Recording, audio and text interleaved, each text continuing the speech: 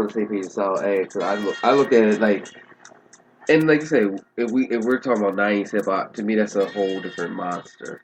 Because none of these years are going to compare to like the heyday or the golden era.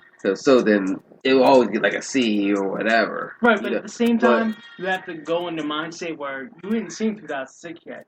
Like during 2005, like what's out now? Like what am I looking for? Like you don't know what's gonna come out. And you're right, but I treat it like this as its own entity. I'm not treating it what came out before then or after. I got treated for this slot walls itself. Are down. You know what I mean? And like I said, there's albums. I love documentaries didn't make my top 5. There were a lot of dope albums that didn't make my top 5, and whether it was mainstream, whether it was underground, I think it was a lot of selection there for everybody to be somewhat satisfied with. Whether you were, you know what I mean, conscious head, whether you were more in the mainstream, West Coast had somebody champion around game at that point. You know what I mean? They were finally back in the limelight. Say, hey, we're here too. But we're only talking about American hip hop. Like in the world globally, like I mean, we're talking about 2005 is when I started. I got with the forum with 6 other people from around the globe. We're all talking about hip hop. What's our favorite album? Like we're talking about what's our favorite hip hop album in 2004, and we're talking about people from China, like France, like people looking back on it, and they have a completely different view of what's going on in hip hop as a whole, and like the game and Kanye might not even be represented in this talk. Like I think. But that's the beauty of it all, though, because we're coming from different aspects, different regions or whatever. Like you go, like if we were doing this podcast and we were like Southern dudes. You know what I mean? Our list but you talk about international, but just even within the same country, though, as far as, because, you have artists who are going to resonate with you based off where you're coming from, what your ideologies are, I don't know, I think my shit's very, very biased, because Bob and I were trying to make, we were trying to make a run at this time. 2005, we were really trying to grip down and what could we do, and none of it is anything on these top lists we're talking about. But at the same time, we were very conscious of what was going on in hip hop at the time. I think it's a very skewed view that we have now, because as much as you want to say it, I'm pretty sure we didn't think Kanye would be how big he is now compared to Late Registration and B. We're just all right, this dude's going to work his way up. He's going to produce for a couple things. No. We're talking about 2008, 2009. He was the fucking shit. This is such a huge jump. Well, but even 05, bro, to me, he was already becoming that dude to me. Because when College Dropout came out, people were like, oh, well, he's a producer. He makes a good... He's kind of nice, though. By the time, to me, when Late Registration came out, people were like, okay, I have to respect him now as an artist, on both aspects, as a producer and a rapper. Yeah. You know what I mean? Because because you already saw what he was already doing for other artists, within the rock and outside of the rock at that point. So to me, he officially stamped that I'm that dude with Late Registration. Maybe not so much with the first album, but the second album, even if you weren't a Kanye fan, you couldn't deny his presence at that point. Right. You know what I mean? And then after that, of course, it went to whatever levels it went to. I mean, obviously, he's always. It's funny too. I remember when what was the third album called? Graduation came out. I remember it was the whole Graduation versus 50 album, and he's also was Kanye the one that quote unquote killed mainstream gangster rap at that time? Yeah. This is piggyback of what Fisher said though. For me, man, you said you don't even understand the dichotomy of different coasts or different regions or how we respected things.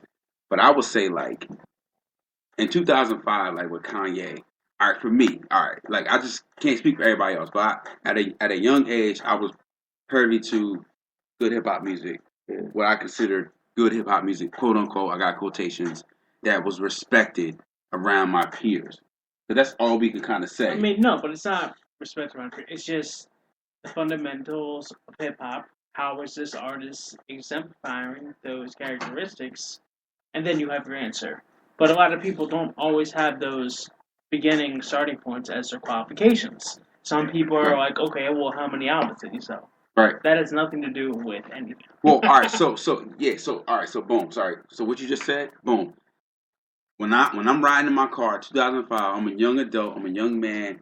I'm already in my mode. No, but we were young men. We were trying to, in 2005, we were like, okay, I got my college degree. Where am I going? Right. I didn't throw bullshit in my car. Like, you know what I mean? I wasn't trying to like explore and find whatever. Like AZAWAL was in my fucking car. What's the format on that album? No, the format 06. The whole album is Late Registration was in my fucking car. Gang Documentary, I got that late 05, but it was in my car. And I remember rocking out to Kanye, just like, yo, this shit is this is the shit. You know what I mean? Even Jeezy I had to fucking rock with. You know what I mean? Because I like Bun and I like 3-6, and so it's like I was like, fuck, how can I hate on Young Jeezy when I like these guys? Yeah. You know what I mean? So I just feel like 05 for me was like, if I could just say like how I felt in a car driving to music, it was just like, yeah. And then like 06 for me was like I was tolerating certain shit, and it just didn't feel the same way. Mm-hmm. You know what I mean? So, you know, Fisher says it was a C minus. C minus. But we all we give it A's. I'm talking about like from. So it's a B plus. The GPA is a B plus. No. Well, listen, like I said, you got to look at the year on its own. If you're going to backdate to something, there's always going to be B's, C's, or whatever. I mean, we're talking about music in general. There was, there was soul into it. There was like, to me now, it's so manufactured. It's almost like, okay, this is the new flavor. This is what we're gonna rock out with. And that's where we're kind of at right now. But what we got to stop doing, yo. We have to like look at stuff as a one-of-one. Well, that's what I'm saying. That's how. I mean, if you don't look at it as one as one, then to me, that's when you can say, okay, this was compared to '95. This was an F, then, or I'm just looking at standalone gear because in 2006 it was a diff. Yeah, but you guys are still only talking about American hip hop. Like, I'm talking about American. If you're talking about hip hop in a whole, like on Pitchfork right now, the number one album, 2005, is Nujabes Bass. Fucking their first album, and you guys don't even know what it is. Well, yeah, nah, you got like, you know what? I just never knew how to pronounce it. I've seen like, it. No, I need to talk about you got DJ Honda. DJ Honda had an album out, maybe not in the 05. 90s. Yeah. But like, listen, I listened to Nujabes Bass when it came out, and like, you can't like if you're talking about American hip hop, then yeah. At least you're awake. But you're not. Like hip hop is not an American. It's an American. Oh yeah, no, it's worldwide now. But it's bigger than that. Okay, like. But with that said though, was that even in your top 5 though? Nujabes? Yeah. No. I mean, no. It's not my top 5. So it's still gonna be a perspective whether we're in the U.S. or outside of the U.S. That's what I'm saying. Even within region. No, but the Sign was in my top 2, and Sign was produced by Nujabes. So. Yeah. But it goes back to what I'm saying earlier though. Even within the United States though, if we were doing a podcast in the South, and we were born in Texas, there might not have been no East Coast rappers period in our list or even our top 5. Yeah, but a lot of Americans don't listen to people who don't rap in American. Well, yeah, but that's just, well, yeah.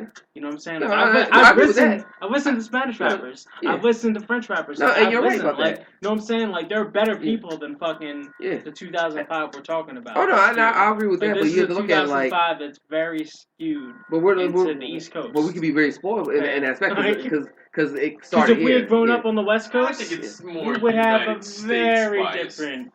Well, no, but that's my whole point though.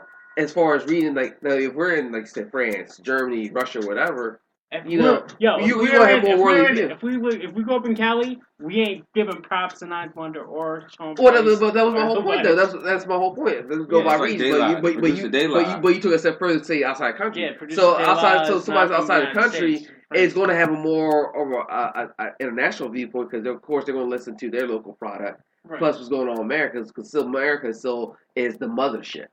Yeah. You know what I mean? And we're in the mothership. So, of course, we're going to check out. Now, but now in 2017, there are way better artists. I don't debate that, but we're still the mothership, though. But we're still the mother. It still started here, though. Yeah. That's all I'm saying. So I'm not debating that you're not going to do artists outside the United States. He rocks buying his records in Japan, not in America. I'm saying? Like, yeah.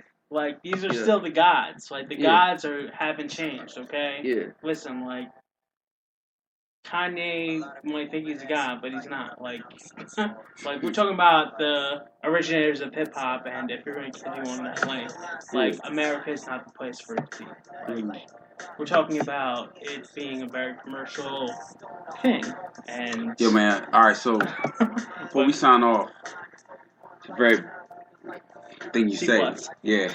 Alright, yeah, so, like, I feel like NBA has kind of gotten, like, how hip-hop is, it's gotten so commercial now, where it's just, like, it's no longer, like, held to these, like, street corner or poetic rules or like justifications, and now it's just like everybody can like tap into it now. You know what I mean? Which makes it good for opportunity, but it makes it kind of like diluted when it comes to like quality. And when you have when everybody can touch it, right? Like it's naturally gonna get dirtier because everybody can touch it now. You know what I mean? And you make it fair for everybody. Yeah, but hip hop started off not to be for everybody. No, exactly. And like to me, this is my last segue. Like I feel like the NBA is commercialized now.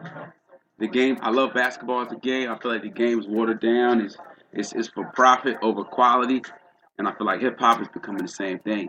And it's just like everybody can put their hands in it and do what they want to do with it. And there's really no infrastructure. So. Shit, you got problems in 2005? Huh, shit.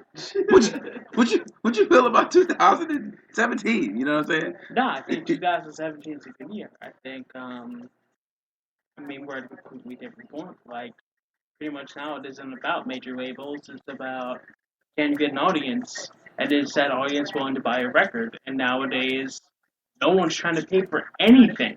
I don't care if you're Kanye West or anything. Like, yo, listen. There are more people stealing Kanye West albums than there are people stealing, like, mine and Bob's albums. You know what I'm saying? Like, so, therefore, I kind of think, no, like, the only thing that matters is if, like, you believe in it. Like, yo, like, if you can support it and, like, you're willing to go to a Camp Will concert so many years later. Like, that's the most important thing. Like, and you support your artist. Like, that's all that matters. Like, no matter how good they are, as long as you're supporting them. All right, man. Support artists. Well said. DJ Shifter on the late night tip. Joe, Ray, Smoke. On behalf of everybody, 2 cents. Will do. Back in your eardrum. Blow.